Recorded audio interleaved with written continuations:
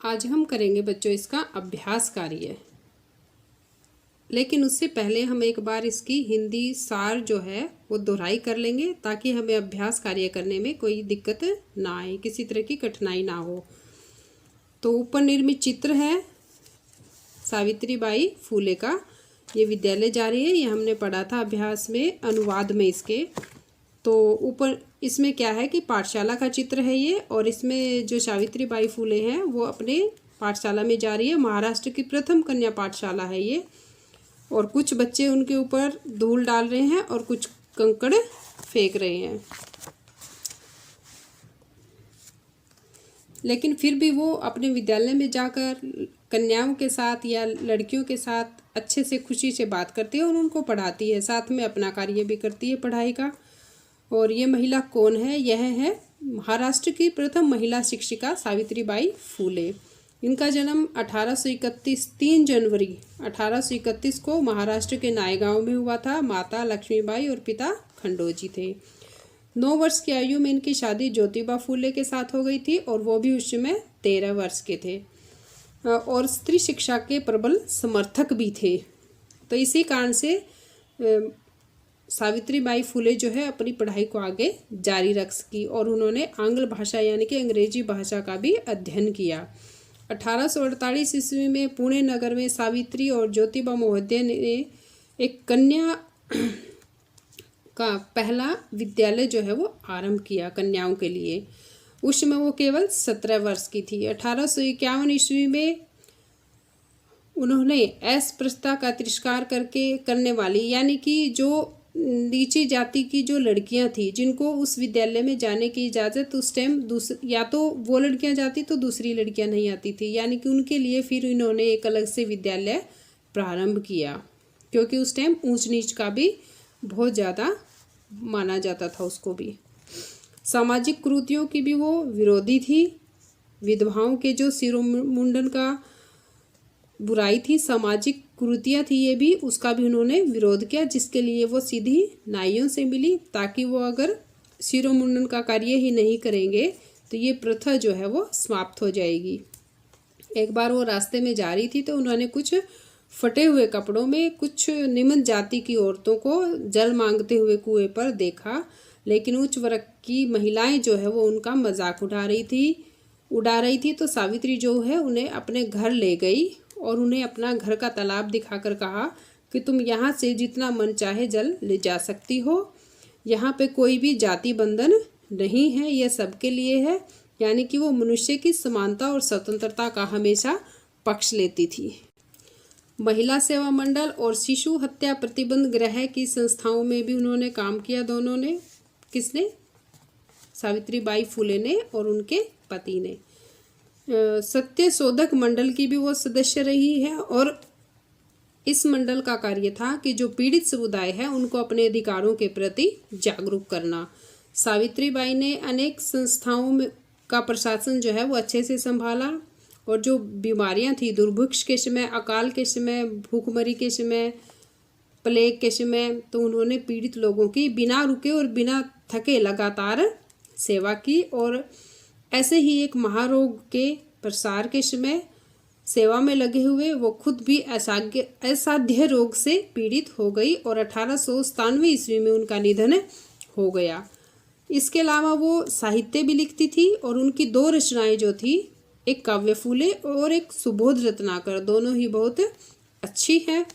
भारत देश में महिलाओं के उत्थान के लिए और उनके जीवन चरित्र को या जीवन को अच्छे से जानने के लिए, गहराई से समझने के लिए हमें उनके जीवन चरित्र को अवश्य ही पढ़ना चाहिए।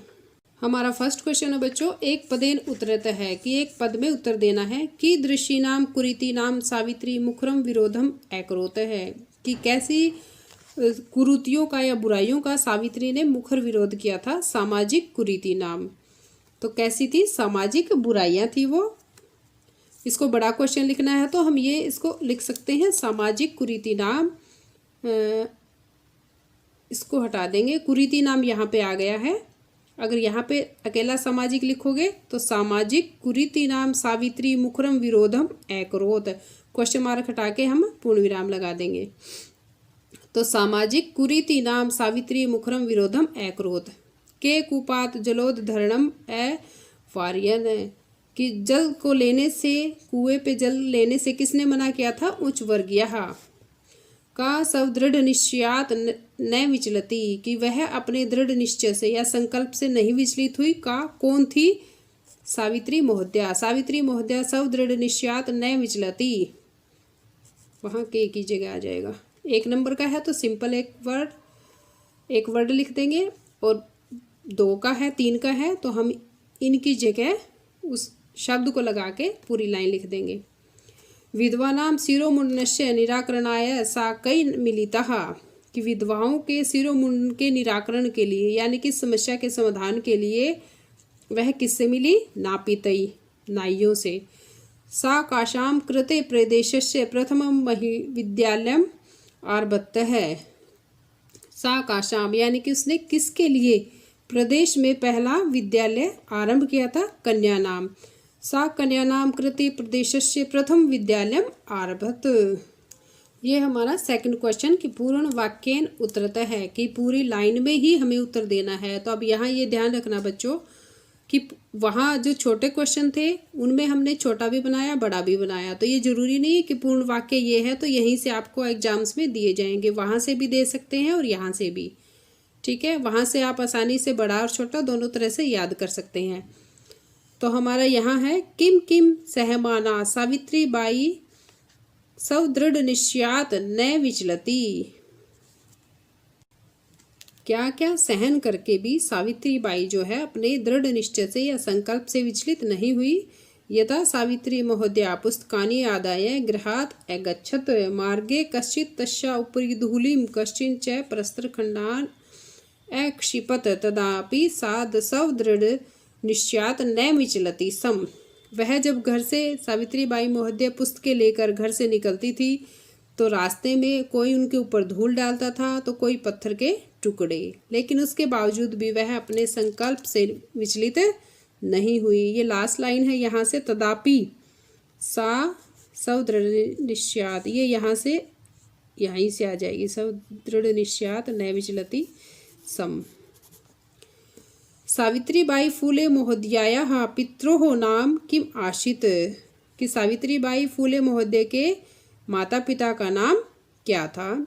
सावित्री महोदयाः पित्रो नाम, पित्रो नहीं मात्रोः नाम, पित्रो यानी कि दोनों के नाम क्या थे? लक्ष्मीबाई और खंडोजी च इति आसीत् है, यानी कि उनकी माता का नाम लक्ष्मीबाई और पिता का नाम खंडोजी। सावित्री बाई महोदय के माता पिता का नाम लक्ष्मीबाई और खंडोजी था।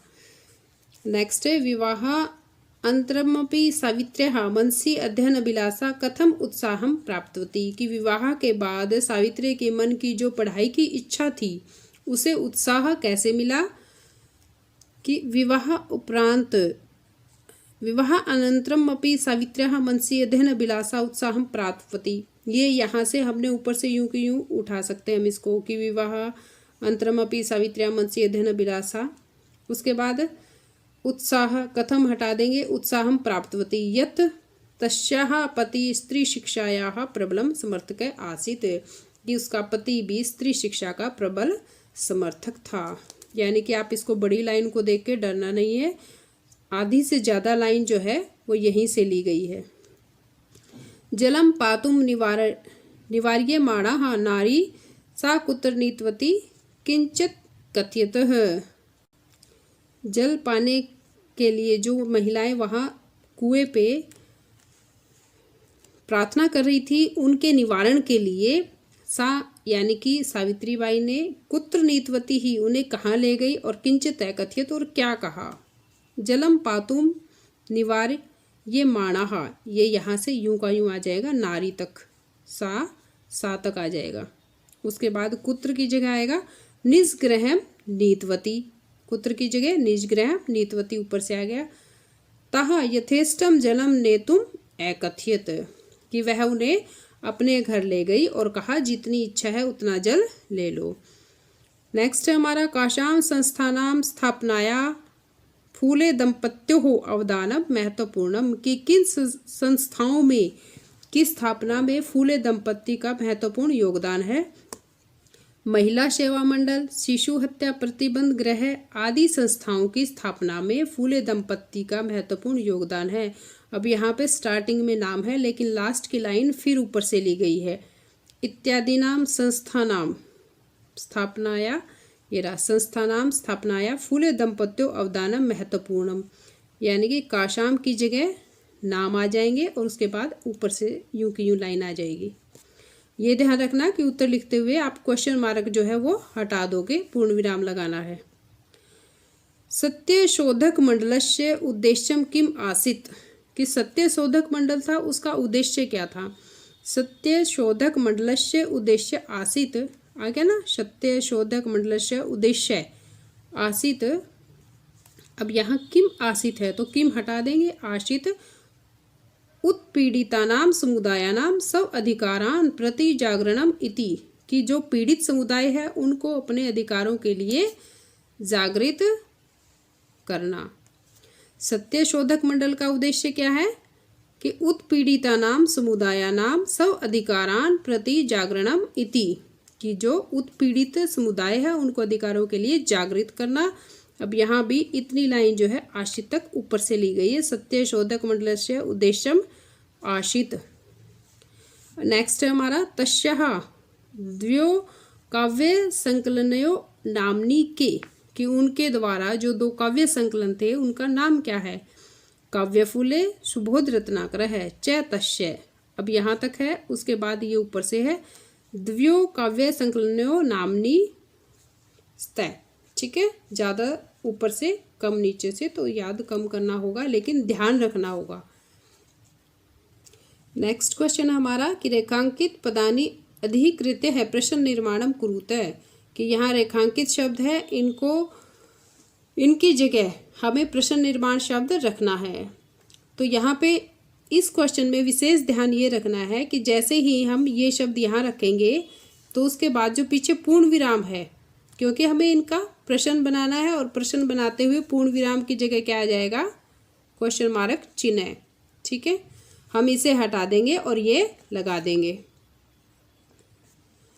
तो हमारा पहला है सावित्री बाई कन्याभिः सविनोदम मालपंती अध्यापने संलग्ना भवती सम, कि सावित्री बाई कन्याओं के साथ प्रसन्नतापूर्वक बात करते हुए अध्ययन कार्य में लग जाती थी। तो ये कन्याभिः की जगह क्या आएगा, काबी है, किसके साथ, सा महाराष्ट्र की जगह कश्य, सा कश्य प्रथमा महिला शिक्षिका आसीत, वह कहाँ की पहली महिला शिक्षिका है। सा सौपतिना सह कासाम कृते प्रदेश से प्रथम विद्यालयम आरभत, कि उसने अपने पति के साथ किसके लिए प्रदेश में पहला विद्यालय आरंभ किया। तया केशाम समानतायाः स्वतंत्रतायाश्च पक्षः सर्वदा समर्थित है, कि उन्होंने वह जो है किसकी समानता और स्वतंत्रता का पक्ष जो है हमेशा लेती थी। साहित्य रचनायाः अपि का महीयते, कि साहित्य रचना में भी किसका महानता थी, या उसमें भी क्या थी वो, साहित्य रचनाया अपि, साहित्य रचना में भी का महीयते, किसको महानता हासिल थी, सावित्री को। नेक्स्ट क्वेश्चन है हमारा ये वाला, यथा निर्देशम उत्तरद, कि यहाँ पे बच्चों इसमें आधे क्वेश्चन तक तो निर्देश दिया है, यहाँ पे लाइन दी है उसके बाद निर्देश है और उसी के हिसाब से हमें उस आधी लाइन से उत्तर ढूंढना है। इदम चित्रम पाठशालाया वर्तते, कि यह चित्र पाठशाला का है। अत्र वर्तते, यहाँ पे जो वर्तते शब्द है, इति क्रियापद से, यह क्रियापद है।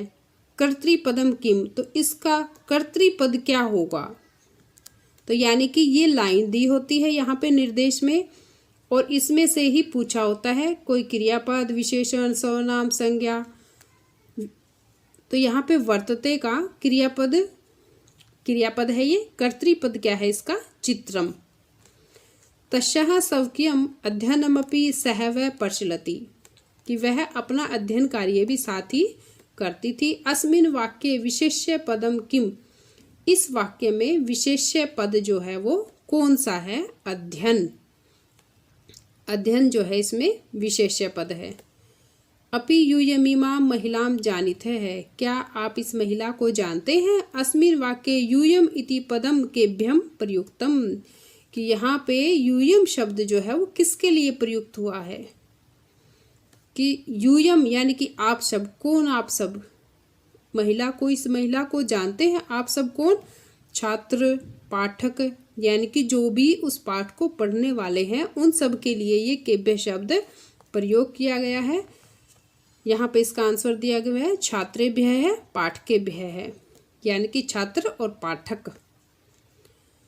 नेक्स्ट है हमारा कि सा ताः स्त्रियः निष्गृहं नीतवती, वह उन औरतों को अपने घर ले गई। अस्मिन् वाक्ये सा इति सर्वनाम पदम कस्यै प्रयुक्तम, कि कौन ले गई थी उन औरतों को, सावित्री ले गई थी। तो सा जो इसका सर्वनाम पद है ये किसके लिए प्रयुक्त हुआ है, ये हुआ है सावित्री महोदयाई के लिए। शेण वस्त्रावृतः तथा कथितः निमज्जात्यः काश्चित् नार्यः जलं पातुं याचन्ते सम, कि शेण वस्त्रावृतः, कि फटे पुराने वस्त्रों में जो तथा कथित थी वो औरतें जो वहाँ खड़ी थी, निमज्जाति की थी, कश्चित् नार्यः, कुछ औरतें, जलम पातुम, जलम पाने के लिए, याचन्ते सम, याचना कर रही थी। अत्र न आर्य नार्य इति पदस्य विशेषणम पदानि कति सन्ति, कि अत्र नार्य, आर्य नारी जो है इस पद का विशेषण पद क्या है, यानी कि ये कश्चित आर्य जलम पातुम याचन्ते, कुछ नारियां जो है जल पाने की याचना कर रही है। यहाँ जो नारियां है, औरतें हैं, उनकी विशेषता क्या बताई गई है इस लाइन में।